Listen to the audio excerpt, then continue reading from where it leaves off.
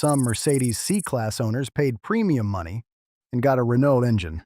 Most of them never knew. You walk into a showroom, see the badge, and trust it. That's enough.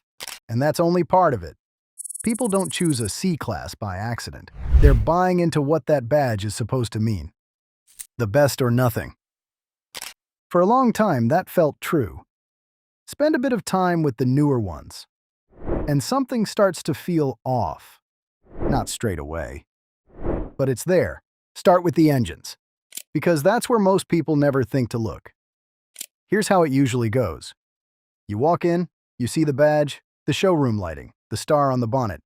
Everything looks exactly like you'd expect a Mercedes dealership to look. You sit in the car. It feels right. You ask about the engine. You get numbers, efficiency ratings, technology features, and you assume, completely reasonably, that what's under the bonnet is a Mercedes engine. Built to Mercedes standards, engineered in Stuttgart, the whole thing. Nobody stops you from assuming that. Nobody corrects it. You sign the paperwork and drive home. And for some buyers, that assumption was wrong. In 2010, Daimler made a deal with Renault-Nissan. Engine sharing, platform sharing, cost savings across both companies. The deal was public, in the financial press, in corporate announcements. If you were reading investor documents, it was right there. But buyers weren't reading investor documents. They were in showrooms. And some entry-level W205 models sold across Europe.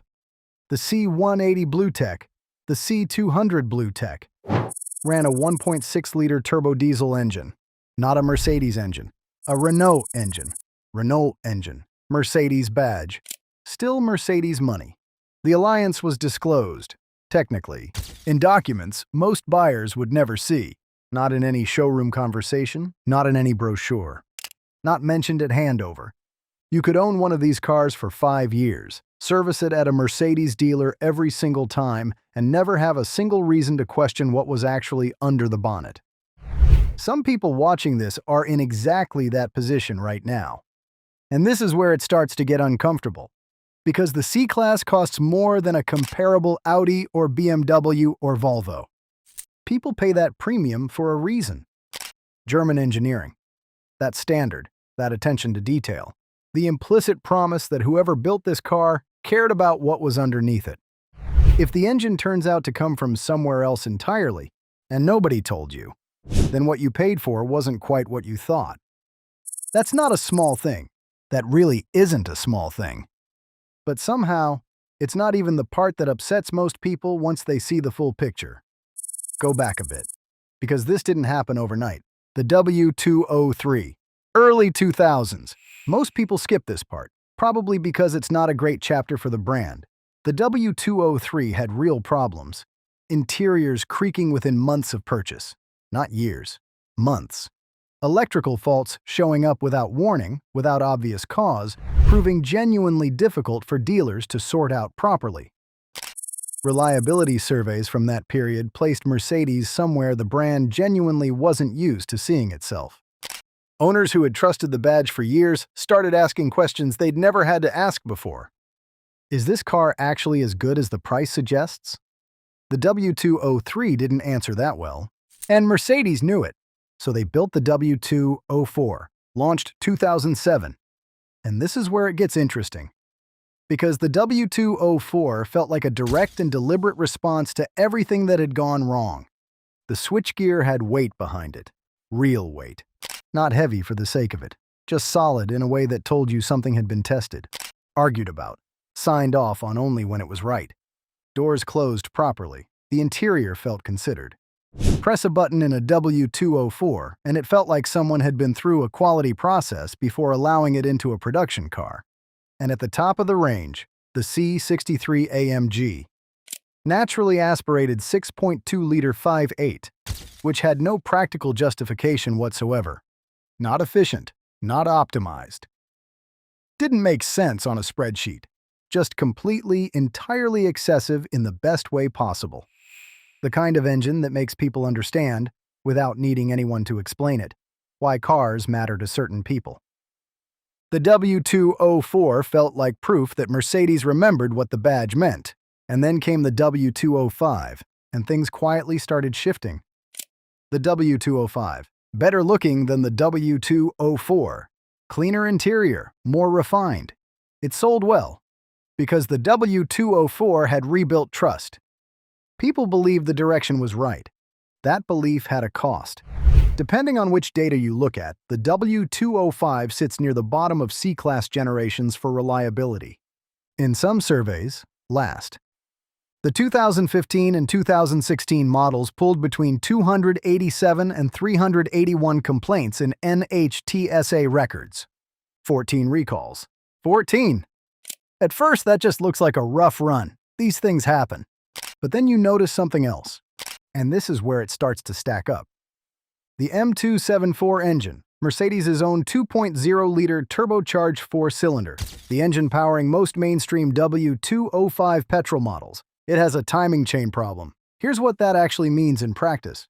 The timing chain keeps everything inside the engine moving in sync. Valves and pistons working in the same physical space at extremely high speed. Timed so precisely, they never touch each other. When the chain stretches, and on some M274 units it does, that precision starts to drift. Mild cases, cold start rattle, warning light, unplanned trip to the garage, annoying, manageable. Worst cases, the chain skips. When it skips, parts that were designed to occupy the same space at different times try to do it simultaneously. The engine doesn't come back from that. 3,000 to 6,000 pounds to fix. Sometimes more. Mercedes recommends preventive replacement at around 100,000 kilometers. That recommendation didn't appear by accident. It's there because it's happened. Enough times. And most W205 buyers were never told. Not at the showroom, not at handover, not in any service conversation that reached the person actually paying for the car. Think about what that means for someone who bought one, loved it, kept it well, hit 90,000 kilometers, and had absolutely no idea this was sitting in the background. That's not a hypothetical. That's a lot of owners. So the W205, looked at properly, builds into something uncomfortable. Reliability near the bottom of C-Class history. Renault diesel in certain models that most buyers knew nothing about. A timing chain issue with a failure mode serious enough that Mercedes built a replacement interval into their own guidance. Repair bills that can exceed the car's market value. 14 recalls. And yet, the W205 still had the C63. The real one. Twin turbocharged 4.0-liter Vive 8. 476 horsepower.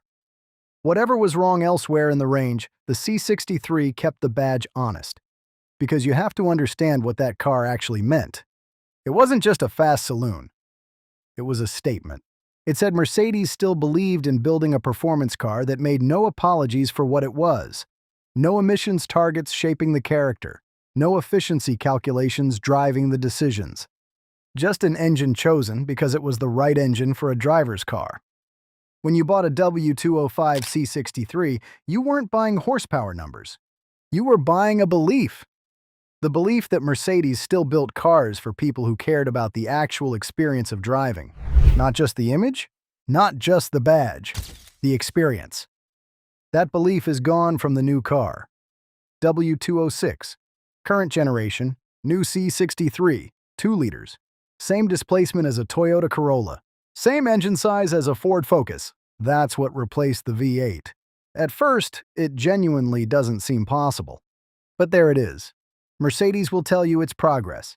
And technically, on one specific level, they're not wrong. The M139 makes 469 horsepower from 2.0 liters, 235 horsepower per liter. The most powerful series production four-cylinder engine ever built. Officially. The electric turbocharger spins at 150,000 revolutions per minute. Needs its own dedicated cooling circuit just to survive those speeds. Genuinely impressive engineering, hard to argue with. But here's the part that doesn't come up much. The V8 didn't disappear because a four-cylinder was a better answer for the driver. It went away because Mercedes was paying fines. Every V8 C63 sold in Europe triggered CO2 emissions penalties. Real money. Per car. On every single unit. The V8 was costing them money on every sale, so they got rid of it. The four-cylinder hybrid wasn't engineers pushing to build something better. It was the answer to a cost problem. Rules that were costing them money, dressed up in engineering language. And the result of adding a full hybrid system to replace what the V8 gave you? About 250 kilos of extra weight. The new C63 weighs 2,111 kilograms. An AMG performance sedan, priced from above 80,000 pounds. Heavier than many full-size SUVs. The old C63 weighed 1,755 kilograms. It felt athletic, responsive, like it wanted to move. The new one carries 356 kilos more. That's 4 adult passengers who never get out. Faster in a straight line? Yes, the numbers hold up. But it doesn't sound like a C63. Doesn't feel like one. The people who loved the old car weren't buying a spec sheet. They were buying a feeling. The feeling that someone at Mercedes had made a deliberate decision to build something excessive and emotional and completely focused on the driver. That feeling isn't in the new car. And the used market tells you what people actually think. W205 C63 prices have held better than they should, because people who want the real thing are going backwards, not upgrading. Going back. The broader W206 hasn't been doing well either. What car reliability survey? Executive car segment, 23 cars, current C-Class, last place, 76.3%, below the Audi A4, below the BMW 3 Series, below the Jaguar XE, from a brand that went through administration. Last, 38 recalls on a car that launched in 2021. Engine, gearbox, fuel system, air conditioning, electronics, across the board. And 39% of those faults were serious enough that owners couldn't use the car at all. Not inconvenient, not annoying, stranded. BMW has been fitting the B58 straight 6 to the M340i and a range of other models. Reliability surveys put it near the top consistently. Lexus keeps building cars that break less, hold value better, cost less to run over 5 years. They don't win the showroom demonstration, but they win the part that matters when it's your own money 3 years in. The W206 interior looks premium, genuinely impressive to sit in. Large screen, clean surfaces, expensive first impression, but then you live with it. And things start showing up. Some of the remaining physical buttons have a slightly thin, hollow quality. Not broken, just not what the W204 felt like. The W204 felt like those components had been through a quality process. The W206 feels, in places, like they went through a cost process. Climate controls, seat heating, ventilation, nearly all of it in menus now. 2 or 3 taps while you're driving. Reviewers flagged it consistently. The more premium the interior looks, the more attention it pulls away from the road. And removing those buttons wasn't a design statement. It was a cost reduction. Fewer parts, cheaper to build. Given a minimalism explanation that sounded better than the real one. And this is where the pattern becomes clear. Because once you see it, it connects everything. At some point, the C-Class stopped being designed for the person who keeps a car for 10 years, who services it, maintains it, expects it to still feel worth owning in year 8. It started being built for someone else, the 3-year leaser. That person wants the current model, the new screen, the latest badge, then hands it back before the long-term questions become their problem. They're never there for the timing chain recommendation. The reliability data lands with whoever buys it second or third. When you design around 3 years, long-term quality becomes someone else's problem, and the depreciation says the quiet part out loud. A new W206 loses around 52% of its value in 5 years, below the luxury compact segment average. Well, below the all-vehicle average. Spend £55,000 today. In 5 years, roughly $26,000. The badge says one thing. The used prices say something else. Start with the engines, then the timing chain. Then what happened to the C63, then the reliability survey, then the recalls, then the depreciation. And by that point, you're not looking at one issue. You're looking at a direction. Every decision that made the car worse for the person owning it made something better for Mercedes on paper. The Renault diesel saved on engine development. The timing chain situation stayed out of showroom conversations. The V8 went because it was generating fines. The buttons disappeared because removing them was cheaper. The lease cycle meant long-term quality could land with someone else. Every decision, same direction. Mercedes didn't forget how to build cars. Mercedes changed who it was building them for. Not the person who wanted to own a C-Class. The person who wanted to be seen driving one for 3 years. The old C-Class felt like something you kept. This one feels like something you're expected to give back. If you own a W205 or W206, does this match what you've experienced? Did the badge deliver on what it implied? Has the ownership been solid enough that none of this lines up with your reality? Or did things start showing up over time that made you look at the car differently? I want to know. Drop it in the comments. Next video. The one Mercedes that came through all of this completely intact still feels like the badge earns its place. Still feels like someone cared about the details. You probably think you know which one it is. You're probably wrong.